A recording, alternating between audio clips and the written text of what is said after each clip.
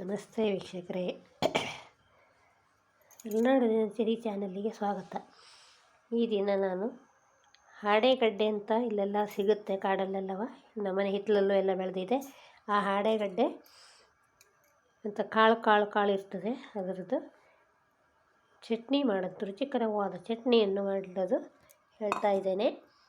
ನೋಡಿ, ಎಲ್ಲರೂ ಲೈಕ್ ಮಾಡಿ, ಶೇರ್ ಮಾಡಿ. ಇದಕ್ಕೆ ಬೇಕಾದಂಥ ವಸ್ತುಗಳು: ಹಾಡೆಗಡ್ಡೆ ಈ ರೀತಿ ಇರ್ತದೆ ಅದು ಗಿಡದಲ್ಲೆಲ್ಲ ಈ ಥರ ಇರ್ತದೆ. ಅದನ್ನು ನಾನು ಬಿಡಿಸ್ಕೊಂಡಿದ್ದೇನೆ. ಈ ಥರ ಬಿಡಿಸ್ಬೇಕು ಕಾಳು.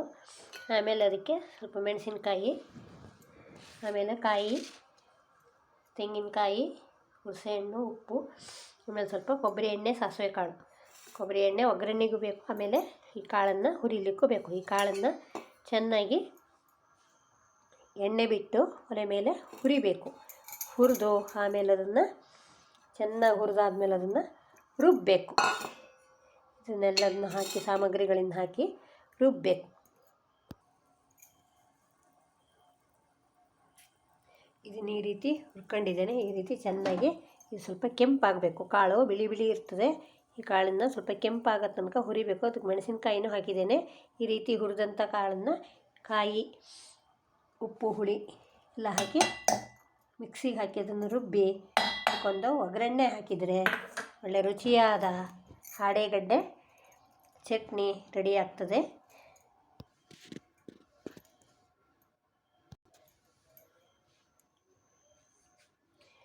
ಈಗ ಹಾಡೆಗಡ್ಡೆ ಚಟ್ನಿ ರೆಡಿಯಾಗಿದೆ.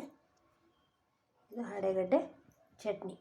ಇದಕ್ಕೆ ಒಣಮೆಣಸಿನ್ಕಾಯಿ, ಸಾಸಿವೆ ಕಾಳು ಹಾಕಿ ಒಗ್ಗರಣೆ ಮಾಡಿದರೆ ರುಚಿಯಾದಂತಹ ಹಾಡೆಗಡ್ಡೆ ಚಟ್ನಿ ರೆಡಿ.